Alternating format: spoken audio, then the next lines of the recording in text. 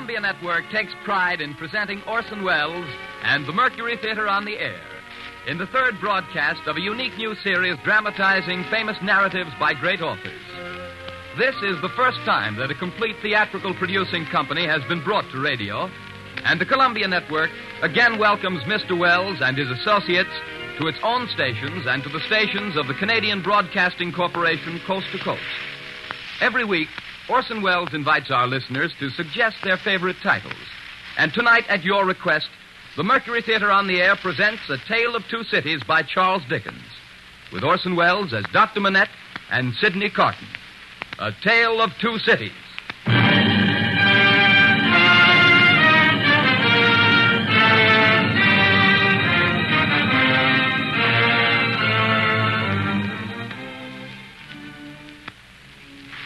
Paris, 1767.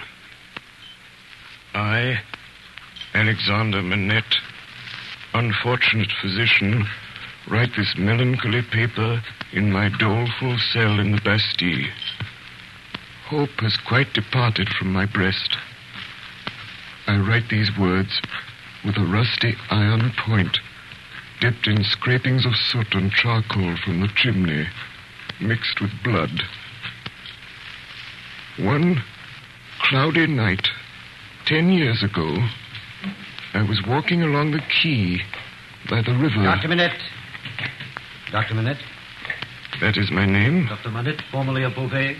I am that Dr. Manette. Will you please to enter the carriage, Dr. Manette? Gentlemen, pardon me, but I usually inquire who does me the honor to seek my assistance. Doctor, your clients are people of condition enough. Will you please to enter the carriage? They were armed, and I was not. I got in silence.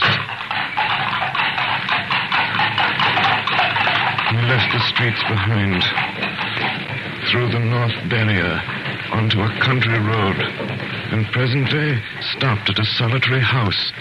I saw that the two men were brothers.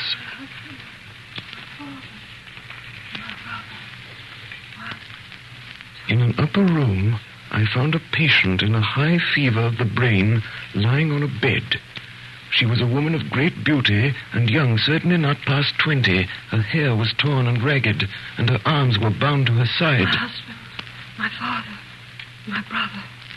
1, 2, 3. How long has she 4. lasted? It's about this hour last night.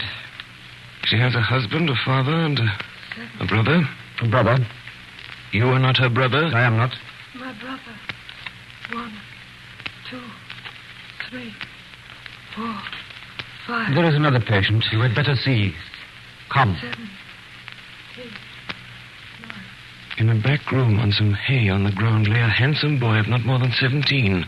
His wound was a sword thrust, received from 20 to 24 hours before. He was dying fast. How was this done, monsieur? Crazed young common dog, a peasant, forced my brother to draw on him and has fallen by my brother's sword, almost like a gentleman. The boy's eyes moved slowly towards me. You've seen her, Doctor? I have seen her. She is my sister, Doctor. She was a good girl, married to a good young man, too. One of his tenants. We are all tenants of his. But the Marquis of St. Herrmann saw her, and what do you think they did? He and his brother. You know, Doctor, that is among the rights of these nobles to harness us common dogs to carts and drive us. They so harnessed my sister's husband and drove him all day, and all night kept him on the grounds in the unwholesome nights, quieting the frogs so that their noble sleep might not be disturbed. And then back in the harness in the day. Taken out of harness one day at noon to feed, if he could find food. He sobbed 12 times, once for every stroke of the bell, and died on her bosom. And then, when her husband was dead, that man took her away. I saw her pass on the road. I tracked him here, and last night I climbed in. A common dog, but a sword in my hand. I made him draw and fight with me. Common dog though I am. Where is he? He is not here. Marquis of St. Herrmann. In the days when all these things are to be answered for, I summon you and yours to the last of your bad race to answer for them. I mark this cross of blood upon you as a sign that I do it. He put his hand to the wound in his breast, and with his forefinger drew a cross in the air. He stood for an instant with a finger yet raised, and as it dropped, he dropped with it, and I laid him down, dead. My husband, my father, my brother. I One, returned to two, the bedside of the girl. 4, The sound of her voice never ceased. She lingered on for a week. Then, on the 8th day... Well, she is dead. She is dead. I congratulate you, my brother. 5 nights later, toward 9 o'clock, a man in a black dress rang at my gate, demanded to see me, and softly followed my servant, Ernest Defarge, upstairs, into the room where I sat with my young wife. An urgent case, Doctor. Won't detain you long. I have a coach waiting. When I was clear of the house, a black muffler was drawn tightly over my mouth from behind, and my arms were pinioned. The 2 brothers crossed the road from a dark corner and identified me. Not a word was spoken. That coach brought me here to the Bastille. It brought me to my grave. If it had pleased God to put it in the hard heart of either of the brothers, in all these frightful years, to grant me any tidings of my dearest wife and my child, so much as to let me know by a word whether they are alive or dead, I might have thought that he had not quite abandoned them. But now I believe that the mark of the Red Cross is fatal to them, and that they have no part in his mercies. And them, and their descendants, to the last of their race, I, Alexandre Manette, unhappy prisoner, do, this last night of the year 1767, in my unbearable agony, denounce them to heaven and to earth.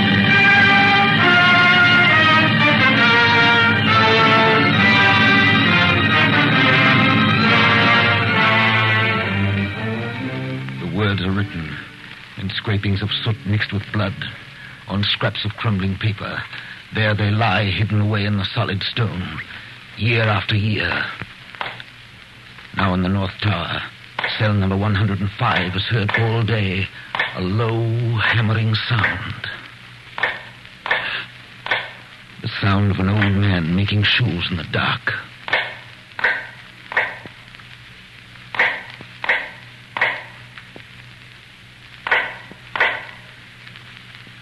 One day, after 18 years, the sound stops.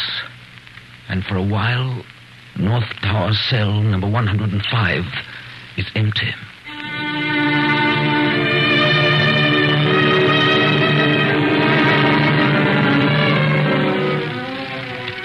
My name is Jarvis Lorry. Most of the characters in this history are people whom I first encountered in the course of business on behalf of Tellson's Bank, London and Paris, of which I have been for many years a partner.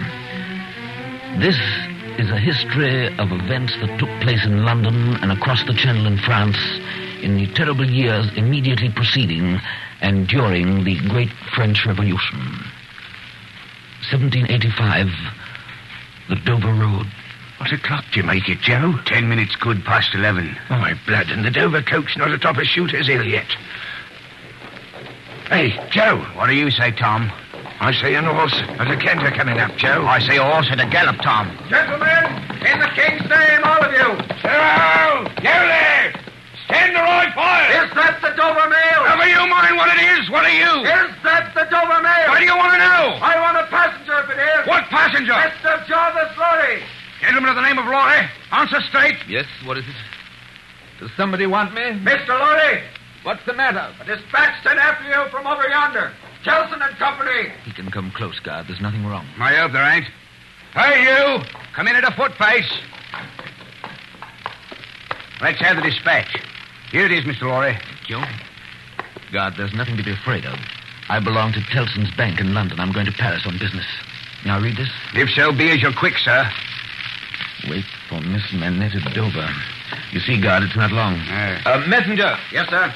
Take back my answer to London. Here it is. Recalled to life. Recalled to life? Yes, Mr. Lorry. Good night.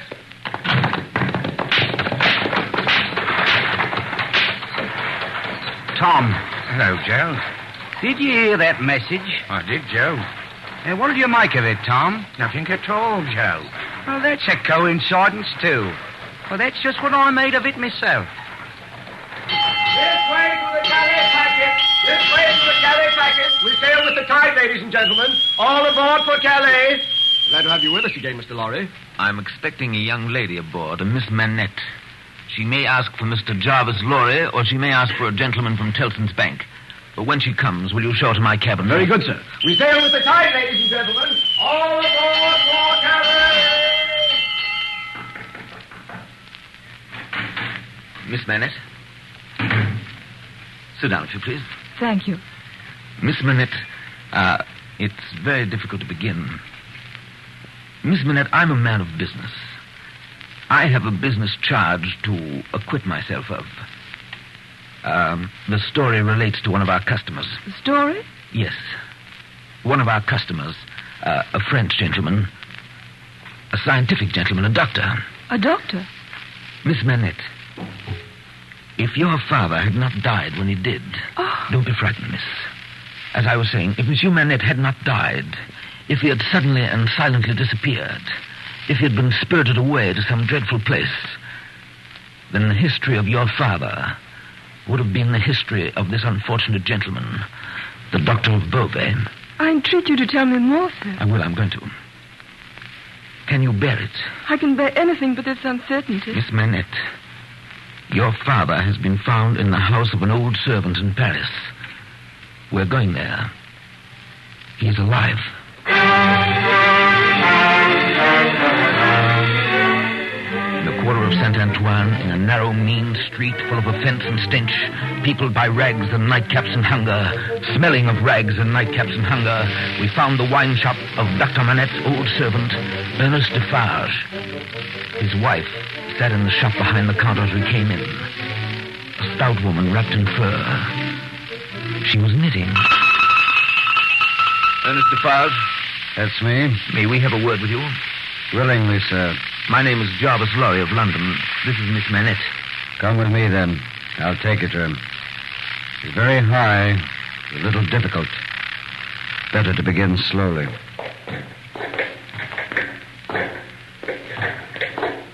Is he always alone, then? Yes, Of his own desire? of necessity. He is greatly changed? Changed?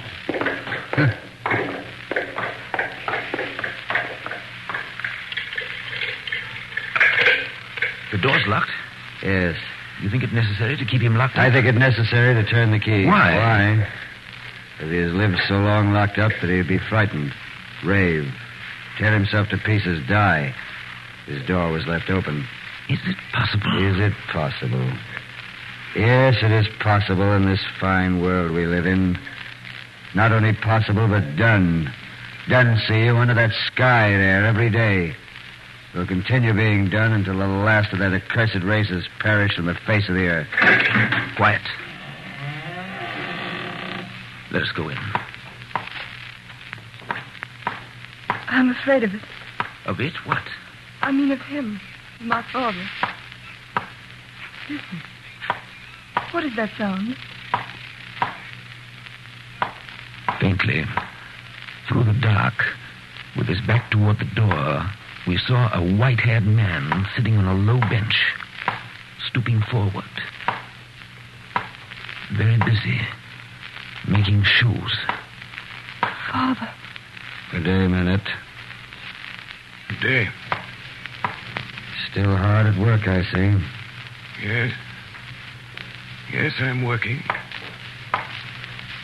I want to let in a little more light here. You can bear a little more? Well, what did you say? You can bear a little more light? I must bear it. If you let it in. You have a visitor, Manette. What did you say? Here is a visitor. Show him the shoe you're working at. Take it, monsieur. Now tell monsieur the maker's name. I forget what it was you asked me. The maker's name. Did you ask me for my name? Yes, I did. 105 North Tower. Is that all? 105 North Tower. At that moment, his eyes caught the skirt of Lucy's dress. He raised them and saw her face. What is this? You're not the jailer's daughter. No. Who are you? Who are you? She sat down on the bench beside him. Her golden hair, which she wore in long curls, had been hurriedly pushed aside and fell down over her neck. Advancing his hand, little by little, he took it up and looked at it. It is the same. How can it be? When was it? She laid her head upon my shoulder that night when I was summoned out. She had a fear of my going. Or was this? Was it you? Was it you? No, you're too young. It can't be. Can't be. You're too young, too young. Father. Mr. Lorry, Dr. Manette is, for all reasons, best out of Paris. Best out of France. The next morning, we left for London. As we drove off, we left Monsieur and Madame Defarge standing on the doorstep looking after us. There was that same look of secret, dangerous anger in their faces that I had seen before. Madame Defarge was still knitting.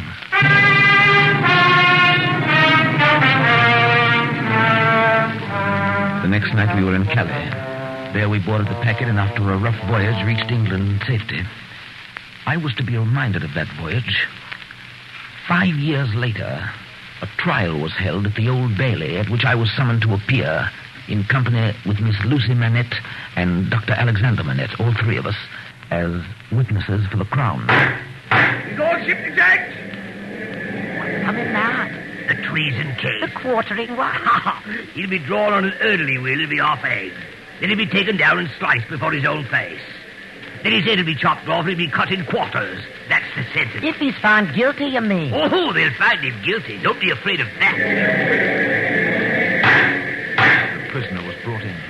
A young gentleman of about 25, well-grown and well-looking. He was very pale. For a moment his eyes turned to where we sat. Then the indictment was read. Charles Darnay, you're a false traitor to our serene, illustrious, excellent Prince, our Lord the King, by reason of your having on divers occasions, by divers means and ways, assisted Louis the French King in his wars against our serene, illustrious, excellent Prince King George. That is to say, by coming and going between the dominions of our said serene, illustrious, excellent Prince, those the said French Louis, and wickedly, falsely, treacherously. Prisoner, do you plead guilty or not guilty? Not guilty.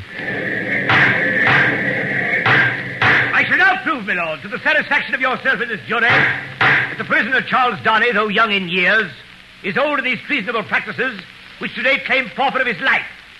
That this correspondence with our national enemy is not a correspondence of today, nor of yesterday, nor even of last year or the year before that. That as long as 5 years ago... First witness for the Crown, Mr. Jarvis Lorry. Jarvis Lorry. Mr. Lorry, are you a partner of Tellson's Bank? I am. On a certain night in November, 1775, did business occasion you to travel between Calais and Dover by the packet ship? It did. Mr. Lorry, look upon the prisoner. Have you seen him to your certain knowledge before? I have. When? At Calais that night, the prisoner came aboard the packet and made the voyage with me. At what hour did he come aboard? A little after midnight. In the dead of night, eh? Were you traveling alone, Mr. Lorry, or with any companion? With 2 companions, a gentleman and a lady. They're here. They're here! Miss Manette! Miss Manette, look upon the prisoner, Charles Darnay. Miss Manette, have you seen the prisoner before? Yes, sir. Where? On board the packet ship just referred to, sir. You are the young lady just referred to? Most unhappily, I am. Answer the questions put to you. Miss Manette, had you any conversation with the prisoner? Yes, sir. Recall it. When the gentleman came aboard... You mean the prisoner? Yes, my lord. Then say the prisoner. When the prisoner came on board... Did he come on board alone? No. How many were with him? One, a French gentleman. Did they confer together? Yes, they seemed angry. I thought I heard the prisoner say, there is a curse on our house. You have brought a curse on our house. Miss Manette, the court is not interested in what you think you overheard. What conversation did you have with the prisoner? Soon after we started, he noticed that my father was very tired and in a very weak state of health. The prisoner was very kind and useful to my father. I hope I may not repay him by doing him harm today. The prisoner's conversation, Miss Minette. What did the prisoner say to you? He told me that he was traveling on business of a delicate and difficult nature, which might get people into trouble, and that he was therefore traveling under an assumed name. He said that in England, my father... Alexander Minette! Dr. Alexander Minette! Dr. Minette! Dr. Minette, look upon the prisoner. As the old man looked at Darnay, his face for an instant became frozen, as it were. It was a curious look, very intent, deepening into a frown of dislike and distrust, not even unmixed with fear. It passed so quickly that few could have noticed it. Dr. Minette, have you ever seen this prisoner before? Once when he called on us at my lodgings some 3 years ago. Can you identify him as your fellow passenger aboard the packet ship, or recall his conversation with your daughter? Sir, I can do neither. Is there any particular and special reason for your being unable to do either? There is. Has it been your misfortune to undergo a long imprisonment without trial in your native country, Dr. Minette? A long imprisonment. Were you newly released on that occasion? They tell me so. Have you no remembrance of the occasion? None. My mind is a blank. From some time, I cannot even say what time, when I was employed in making shoes. That was in my captivity to... Excuse me, sir, to the time when I found myself living in London with my dear daughter here. I have no remembrance, no remembrance. Next witness! Next witness! Next witness! Next witness! Now things began to look black for the prisoner. The prosecution held that previous to that Friday night in November 5 years ago, Charles Darnay had visited a dockyard town on the south coast of England, and there collected information which he later delivered to the French authorities in Calais. In proof of this, the star witness, who had every appearance of being himself a paid spy, now took the stand and identified Charles Darnay as having been at the precise time required in the coffee room of a hotel in that dockyard town, waiting for another person. On this point, counsel for the prisoner tried in vain to shake him. And that is the only time you ever saw this prisoner? Yes, Your Honor. You never saw him before or since? No, Your Honor. No. Now, a curious thing happened. A gentleman who had been sitting off by himself all this time, staring up at the ceiling of the court, suddenly came to life, removed his wig, wrote a word or two on a little piece of paper, and tossed it to the prisoner's counsel, who opened it, and then looked with great attention and curiosity at the prisoner. You say again you are quite sure that it was the prisoner? Oh, quite sure, Your Honor. Did you ever see anybody very like the prisoner? Oh, no, Your Honor. Do you think there could be anybody so like the prisoner that you could be mistaken? Oh, no, Your Honor. But if there were, you could be mistaken. Oh, no, Your Honor. But if there were, you would then admit that you might have been mistaken. Huh? Oh, yes, Your Honor. Very well. Look upon Mr. Sidney Carton, my learned friend there, without his wig, and then look well upon the prisoner. How say you? Are they not very like each other? Go. Like as two peas in a pod. 2 peas. It ain't natural.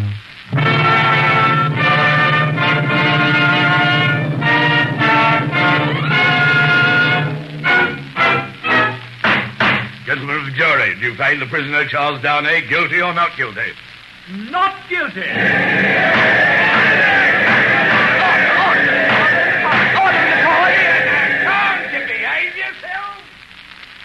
The lights were nearly all out in the passages as I left the court with the prisoner, Charles Darnay.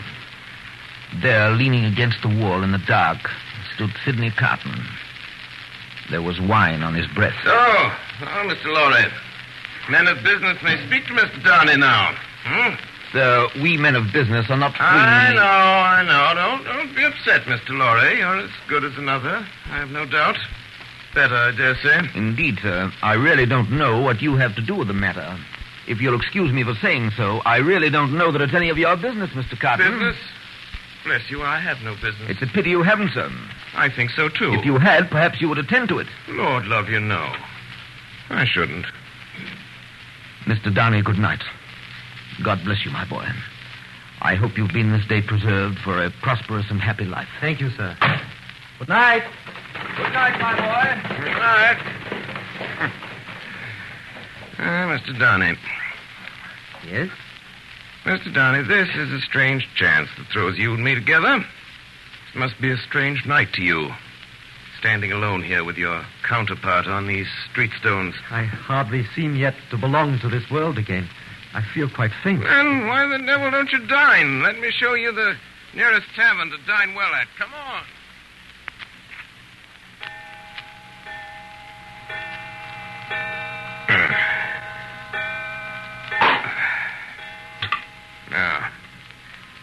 Now, Mr. Downey, now that you've eaten, do you feel that you belong to this terrestrial scheme again? It must be an immense satisfaction for you. Waiter, another bottle of wine. To me, the greatest desire I have is to forget that I belong to it. There's no good in it for me, except wine like this. All right, for it. So we're not much alike in that particular, Mr. Downey. Indeed, I begin to think we're not much alike in any particular. You and I, except that we look alike. Now your dinner's done. Why don't you call a health, Mr. Downey? Why don't you give you a toast? What health? What toast? Why, it's on the tip of your tongue. It ought to be. It must be. Swear it's there. Well, Miss Manette, then.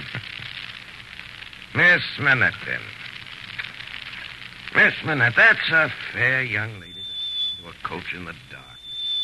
Yes. That's a fair young lady to be pitied by and wept for by. Huh? How's it feel?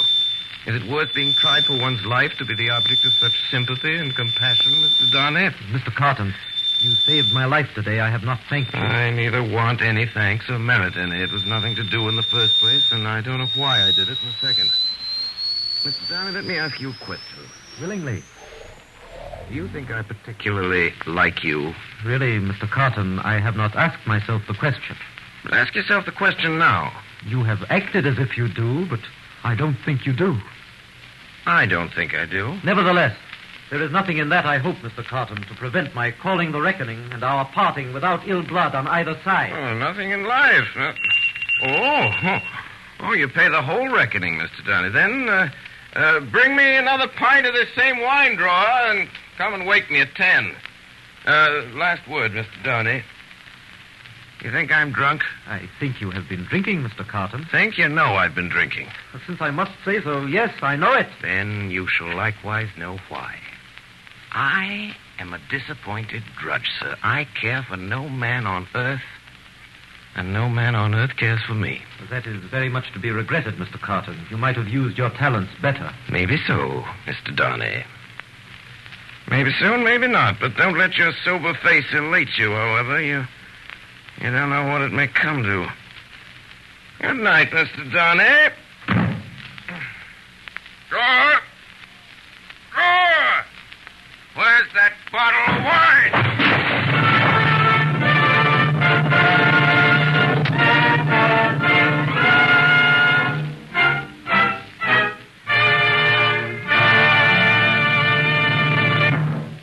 You are listening to the Columbia Network's presentation of Orson Welles and the Mercury Theatre in Charles Dickens' Tale of Two Cities.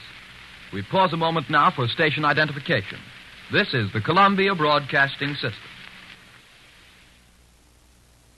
If it is true, and when our day does come, I hope for her sake Destiny will keep her husband out of France. Her husband's destiny will take him where he is to go, and will lead him to the end that is to end him. That is all I know. Madame Defarge sits there knitting names into a scarf. Noble names. Lausanne, Lamballe, Guise, Saint-Evremont. Darkness is closing around. And then comes the ringing of the church bell. She sits knitting.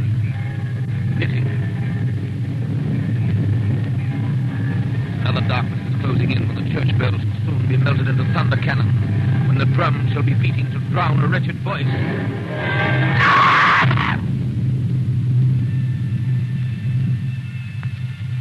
Madame Defarge, at the foot of a structure yet unbuilt, will sit knitting, counting dropping heads. London, 1789.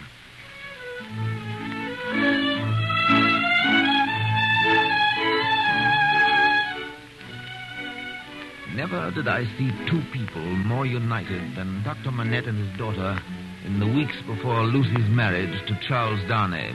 Are you happy, my dear father? My child, I never thought I should live to know such happiness.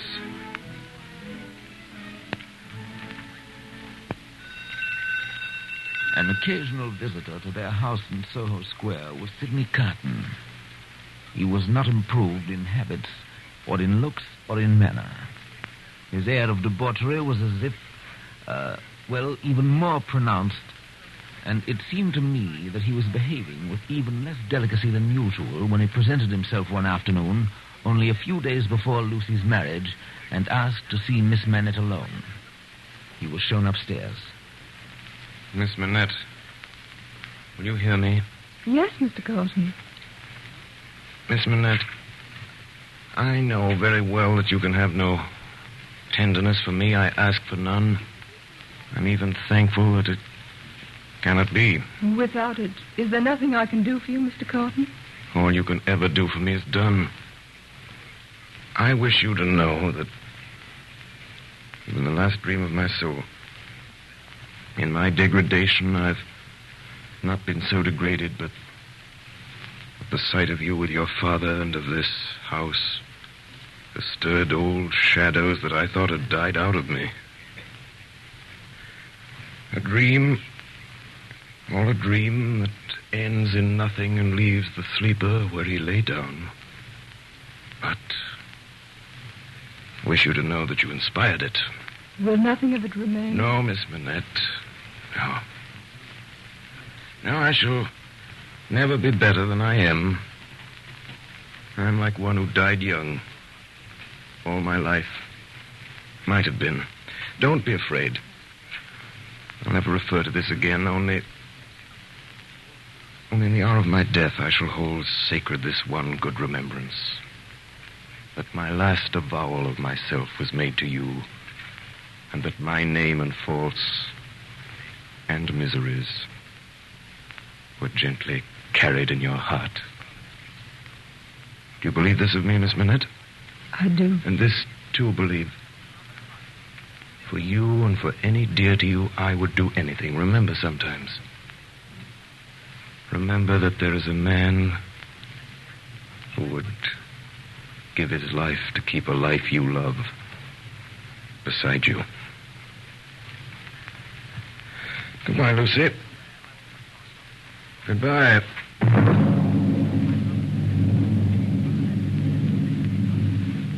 Paris, 1789, July 14. In the quarter of Saint Antoine, something is happening. In the narrow, mean streets, smelling of rags and nightcaps and hunger, all-night crowds have been stirring. Soon after dawn, Madame Defarge puts down her knitting. Defarge, at last it has come. Yes, our day has come. Saint Antoine this morning is a vast, dusky mass of scarecrows heaving to and fro, with gleams of light above the billowy heads, where steel blades and bayonets shine in the sun. Now the mass begins to move. Patriots and friends, we are ready. To the Bastille.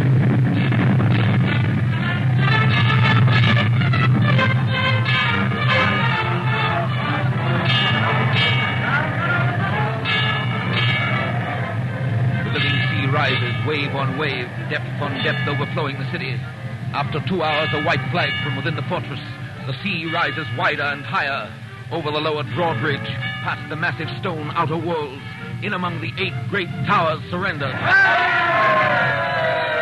The prisoner!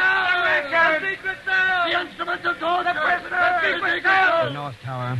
What is the meaning of 105 North Tower? Quick. It is a cell, citizen. Show it to me. There is something hidden there that I must find. Pass this way, Citizen Defarge. 3 years go by. The King of France and the Queen of France have paid with their lives for the suffering of the people. Day after day, fresh victims are driven through the streets of Paris to feed this new monster which lives on human blood, the guillotine. And at its foot, day after day, sit the women, knitting. London, 1792. The headquarters and the great gathering place of those who fled from France in those troubled years was Tellson's Bank. Letter for Marquis de Saint-Aubin. Here. Vicomte de Lille. Vicomte de Lille. Arrested at Calais. Executed. Baron de Neuville. Arrested. Executed. Marquis de Saint-Evremont. Marquis de Saint-Evremont. Here. Mr. Darnay. I'll take it. Charles Darnay. I didn't know that you were I'll familiar take with... charge of the letter, Mr. Lorry. You know where to deliver it? I do. If there's any answer, I'll let you know. Monsieur, heretofore the Marquis Charles de Saint-Evremont. I have been seized and brought to Paris. The crime for which I am to lose my life is, they tell me, treason against the majesty of the people, in that I have acted against them for an emigrant. You are that emigrant. It is in vain that I tell them that even before the confiscation of emigrant property, according to your commands, I had collected no rent and forced no taxes. Their only answer is that I have acted for an emigrant. Where is that emigrant? I beg you, Monsieur heretofore the Marquis, to come to my rescue and release me. I pray you, be true to me, your poor servant. Yes, Darnay? I have the answer to that letter. So soon? It is to a prisoner in the La Force prison in Paris. And what is the message? Simply that he has received the letter and will come. 3 days later, a few leagues out of Calais, on the Paris road, Charles Darnay was arrested. Citizen, I beg you to observe that I came here of my own free will, in answer to that written appeal that lies before you. Is that not my right? Right. Immigrants have no rights. You're consigned, Evremont, to the prison of La Conciergerie. Just heaven, under what law? For what offense? We have new laws, aristocrat, and new offenses since you were here.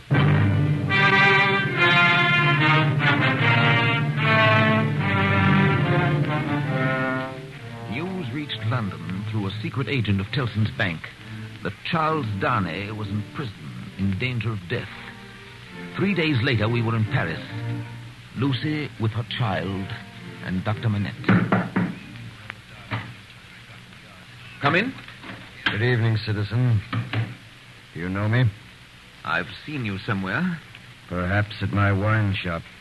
I noticed standing in the door a heavily built woman, silently knitting. Madame Defarge? Yes. That she may be able to recognize the faces and know the persons. It is for their safety. Mr. Lorry. Lucy, this man has a letter for you from Charles. Oh, thank you. Dearest, take courage.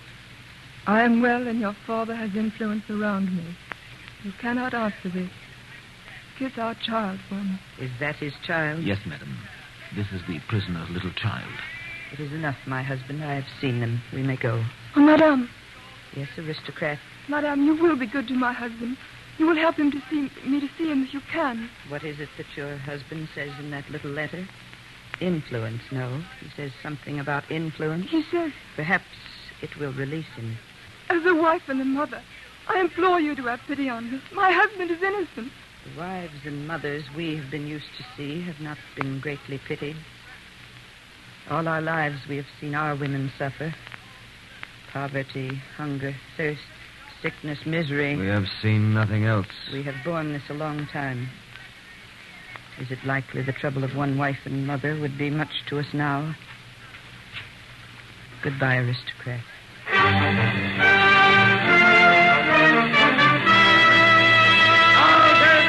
Call Donny! Call Evremont! Call Donny! Prisoner, is it true that you have lived many years in England? That is true. Then you are an immigrant? No, citizen judge. Prisoner, why did you return to France when you did? I returned to France on the written entreaty of a French citizen to save a French citizen's life. Is that the action of a guilty man? Is that criminal in the eyes of the Republic? Citizen Dr. Manette, take the stand. Dr. Manette, Do you know this prisoner? I do. Where did you first make the prisoner's acquaintance? In England, citizen judge, on my release from long imprisonment. This man was my first friend. For years he has lived in my house, always faithful and devoted to my daughter and myself in our exile. In all the years that I know this man, I, Dr. Manette, for 18 years, prisoner in the Bastille. Enough! Live, Dr. Manette! Not guilty! Not guilty!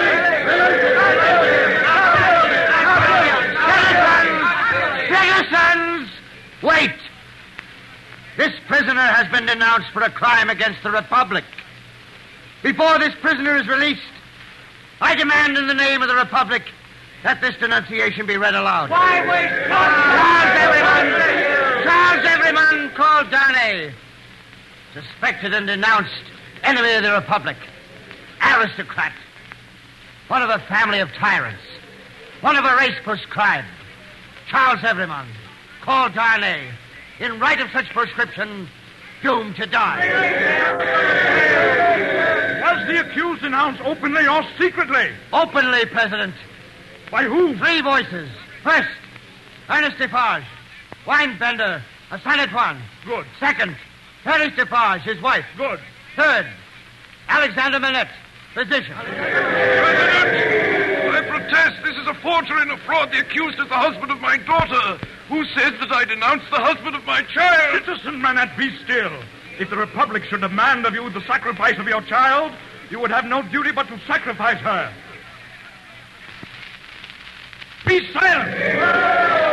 On the 14th of July, 1789, at the taking of the Bastille, a paper was found by Citizen Ernest Defarge, concealed between 2 stones in the chimney of a cell known as 105 North Tower. The writing is the writing of Dr. Manette. I, Alexander Manette. Let it be read! I, Alexander Manette, unfortunate physician, write this melancholy paper in my doleful cell in the Bastille. Hope is quite departed from my heart. I go down and sentenced to the last of their race. I, Alexander Manette, unhappy prisoner, do this last night of the year, 1767, in my unbearable agony, denounce to the times when all those things shall be answered for. I denounce them to heaven and earth. Death!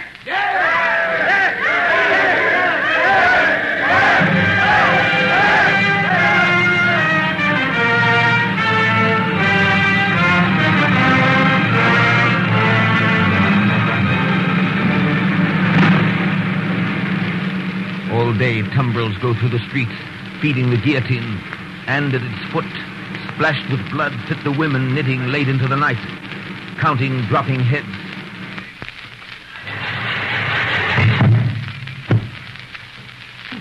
Don't be alarmed, Mr. Lorry. Don't be alarmed. I'm quite sober. Sidney Carton. Now, Mr. Lorry, listen carefully to what I have to say. But Carton... Don't waste time asking questions. First, Mr. Lorry, here is the certificate which enabled me to pass out of the city. You see, Sidney Carton, an Englishman. Yes? Yes. Keep it for me until tomorrow. I have arranged to see Charles Darnay in prison in the morning, and I'd better not take it with me. Do you understand? Why not? I prefer not to do so. Now, take this paper. It's a certificate enabling Dr. Manette and his daughter and her child at any time to pass the barrier and the frontier, you see? Yes, but you can buy the means of traveling the coast as quickly as the journey can be made. You have money. Order your horses to be ready at 2 p.m. Well? It shall be done. Tell Lucy tonight, for the sake of her child and her father, tell her and press upon her the necessity of leaving Paris with them and with you at that hour. Tell her it was her husband's last wish. You think she'll consent? I believe Have so. all these arrangements made in the courtyard, and here, even to the taking of your own seat in the carriage, and then, the moment I come to you, take me in and drive me away. Do you understand that? I understand that whatever happens, I am to wait for you. You have my certificate in your hand with the rest. The instant my place is occupied, you start for England. Promise me solemnly that nothing will make you alter the course on which you now stand pledged to each other. Nothing, Carton. Remember these words tomorrow. Remember them. Change the course or delay for any reason, and no life can possibly be saved. Many lives dear to us must inevitably be sacrificed. I will remember them. I hope to do my part faithfully. Yes, yes. And I hope to do mine. In the black prison of the conciergerie, the doomed of the day await their fate. They are 52. Even before their cells are quit of them, new occupants have been appointed. Before their blood runs into the blood spilled yesterday, the blood that is to mingle with theirs tomorrow is already set apart.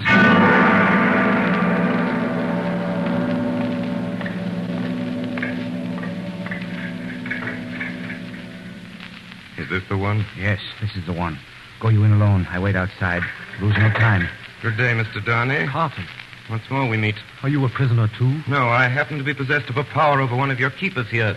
I come from your wife, Darnay. I bring you a request from her. What is it? A most secret, earnest, pressing entreaty. No time to ask me why I bring it or what it means. I have no time to tell you. You must comply with it. Take off these boots you wear and draw on mine. Here's a chair now. Hurry. Draw on these boots of mine. Put your hands to them. Put your will to them. Quick. Carton, there's no escaping from this place. It can never be done. You'll only die with me. It's madness. It would be madness if I asked you to escape, but do I? Of course not. There's that cravat and there's a mine. Carton, it's Go on. madness. It can't be done. It never can be done. It has been attempted. It has always failed. Do I ask you, dear Darnay, to pass the door? When I ask you that, then refuse me. There are pen and ink and paper on this table. Is your hand steady enough to write? Why, Then yes. write what I shall dictate. Quick, friend, quick. Write exactly as I speak. To whom do I address To it? no one. Do I date it? No. No. If you remember the words that passed between us long ago, you will understand this when you see it. You do remember them, I know. It is not in your nature to forget them. Have you written forget them? I have. Is that a weapon in your hand? No, I'm not armed. What is in your hand? You shall know directly. Write on there, but a few words more. I am thankful the time has come when I can prove them. That I do so is no subject for regret or grief. What is that, vapor? Vapor? Something in the air? I'm conscious of nothing. Take up the pen and finish. Hurry, hurry. If it had been otherwise, I should have had so much the more to answer for. If it had been otherwise. If it had been otherwise. Donnie. Donnie. Good. Hey there. Quick. Come in. Have him change his coat. Now, call for help. Take me to the coach. You? Him, man, with whom I've changed. You go out by the gate by which you brought me in. Of course. I was weak and faint, and you brought me in, and I'm fainter. Now you take me out. The parting is overcome us. Such things happen here often, too often. Quick, call for help. You swear not to betray me. Man, don't waste time taking yourself to the courtyard. You know him. Place him yourself in the carriage, show him yourself to Mr. Lorry, and tell him to remember my words of last night and his promise of last night, and drive away. Hey there! Hey! Help! And England!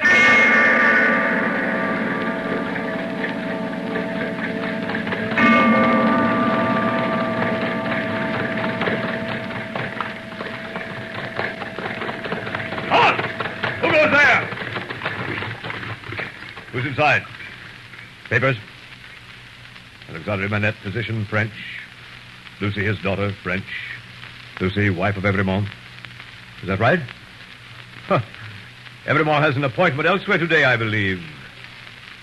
Lucy, their child, English. Sidney Carton, lawyer, English. English lawyer appears to be sleeping. Jarvis Lorry, banker, English. Go ahead, you can depart, citizens. A good journey.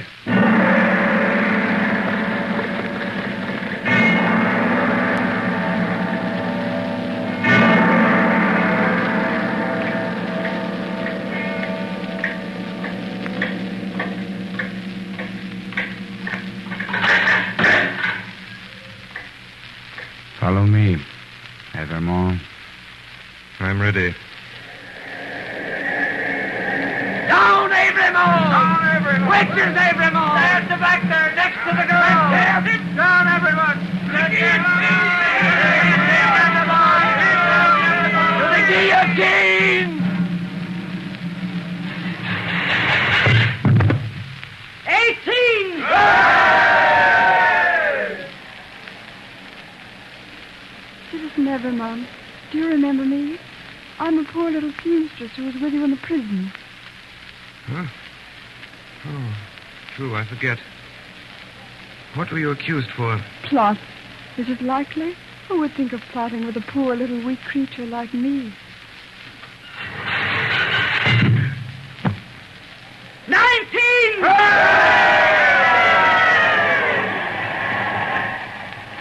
I'm not afraid to die, but I've done nothing. Citizen Evermond, will you let me hold your hand? I'm not afraid, but I'm little and weak. It will give me more courage. 20!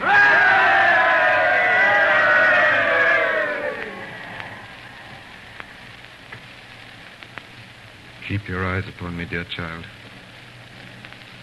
Keep your eyes on me. Mind nothing else. I mind nothing while I hold your hand. I shall mind nothing when I let it go. But they are quick. They'll be quick. Never fear. 21!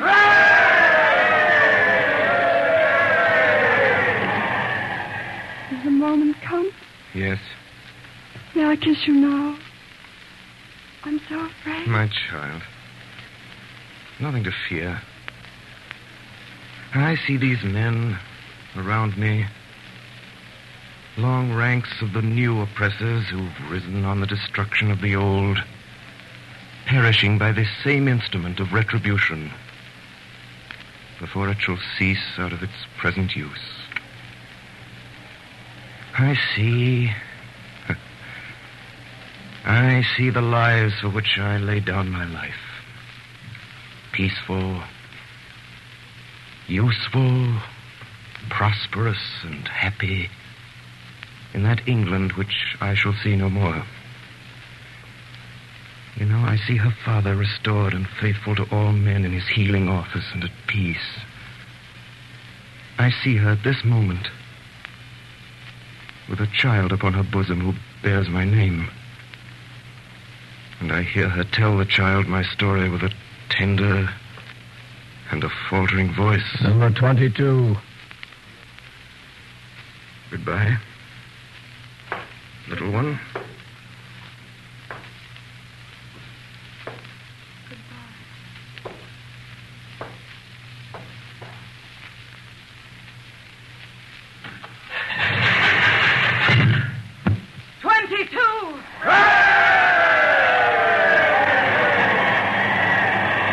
Number 23. Right, citizen.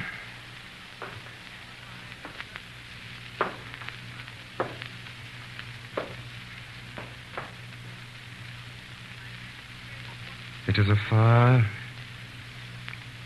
far better thing that I do than I've ever done. It is a far, far better rest that I go to than I have ever known.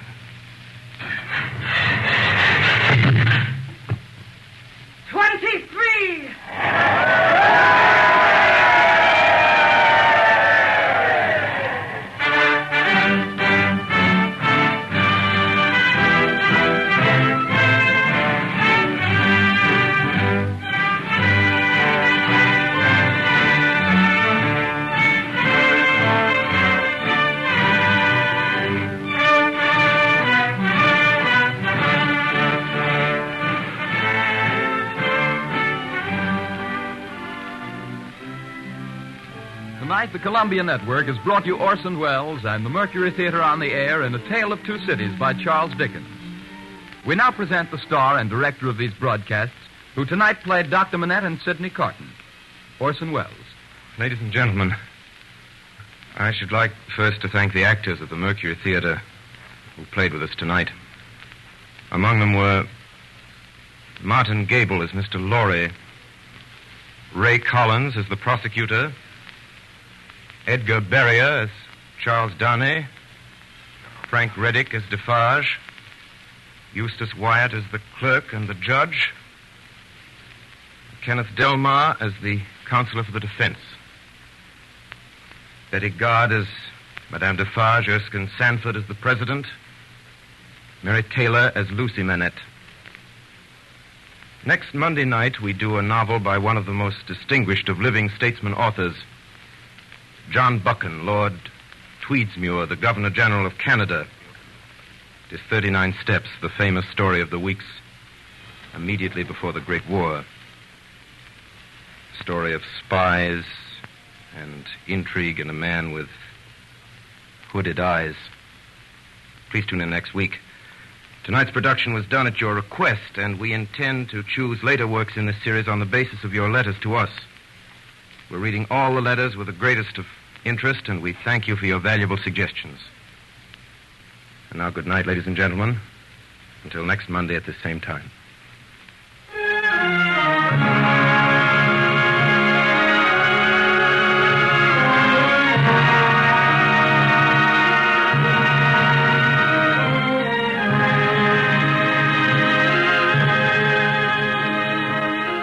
Tonight's production by the Mercury Theatre on the Air was heard on both the CBS network and through the stations of the Canadian Broadcasting Corporation. Bernard Herrmann conducted the music, and Davidson Taylor supervised for the Columbia Network. Dan Seymour speaking. This is the Columbia Broadcasting System.